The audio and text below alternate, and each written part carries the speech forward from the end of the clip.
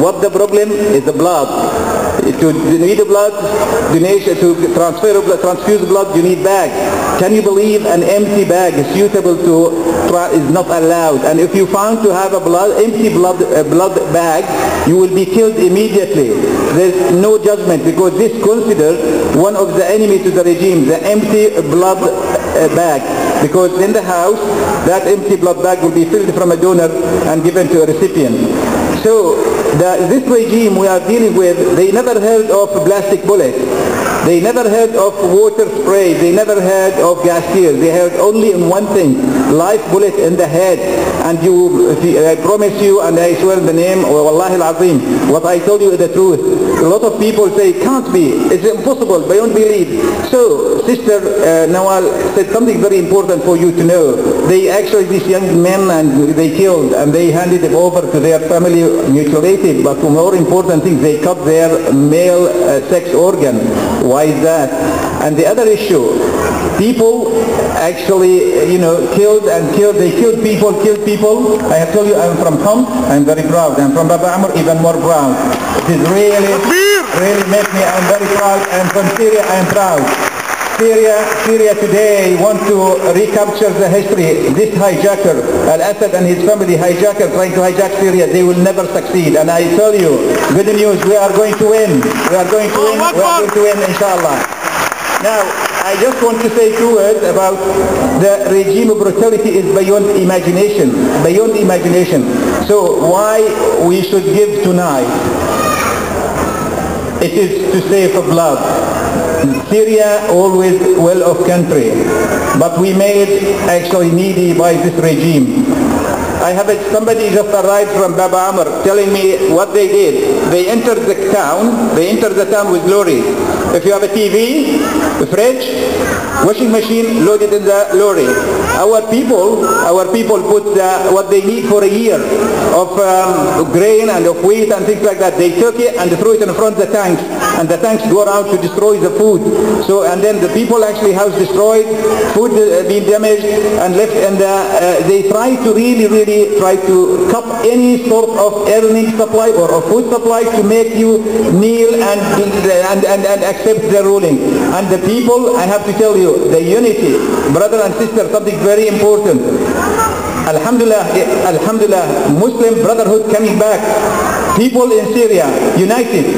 If somebody needy, just people come outside the door, you find actually the food just left for them outside the door. People actually working together in such unusual unity. Remind me of the early Islam days, that everybody feels by the other person. And that's what I want you tonight, please, to feel us, to feel your Muslim brother in Syria, to feel this medical aid. I mean, the medical aid is something very, very important issue, as I mentioned to you. And we are actually we need so much money to pay in Lebanon and in Turkey, and this smuggled to Syria to houses to be operating theaters. Now, why we should give? We should give, actually, I think, وَلَكُمْ فِي رَسُولِ اللَّهِ صلى الله عليه وسلم إِسْوَةٌ حَسَنَةٌ. We must take our royal model, Muhammad صلى الله عليه وسلم, Prophet Muhammad. He was a generous, he was considerate, he was patient, he was brave, he was a best example for giving. He had even nothing, and he always, whenever somebody in need, he straight away, he is always generous. And really we should take from Muhammad صلى الله عليه وسلم our example for tonight. And now finally I want to tell you this little story. People talk about, unfortunately when people in Syria giving their blood cheap for freedom, for recapturing the country from these people who actually hijacked it, and some people try to be in some doubting. I just want to tell you this story. A friend of mine, he's English, he was on holiday in Sudan, and death in Syria and has seen blood in Syria. Why do they have to see that? Why? I see people in England, they actually tell me, I can't see this on YouTube, it's too horrible. But imagine women are actually seeing that in Syria on live. Women and children are seeing everything. They're seeing all the murders that's going on.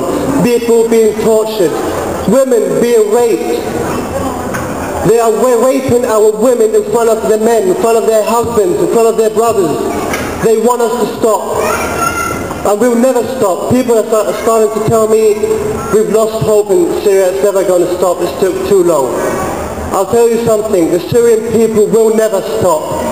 They put their hands down. They're not going to stop. They all want freedom. They won't stop for this murder of killing our children, our girls, our fathers. That's our family back home. And we can't do anything to help them. We should be generous. They deserve someone to be generous to them, to their fight, for their cause. And please be generous. They deserve someone to care about them. They have no one to care about them. This is why we're doing this. And I really am, I can't say thank you more than this, but what's going on in there is undescribable. The people being killed just because they ask for freedom. Because they ask that they want to be treated like humans, not animals. And they get killed because they want to be treated like humans. We've been treated like animals for 4 years in Syria. Isn't it our right to live like human beings? To live and say we're free, say we don't want this man to rule us? Or are we supposed to shut up and say, yes, let him rule us? We're not afraid. We're not afraid. We're never going to stop. This revolution is for all our girls that have been killed, our sons that have been killed, our brothers, our fathers. So please help us. Please. There's no way this revolution is going to win if it wasn't for the outside help. We need your help. We need your help. We have no food left. People have no food left. If anyone has any money, they're paying it to save the people who don't have any food. They're helping everyone. And I am so proud to be in this revolution. I've lived 6 months in it, and I'm proud to meet every single man and woman in this revolution. It was my honor to live in Syria and to live in this revolution for 6 months. And thank you very much. Thank you for everything you're trying to do.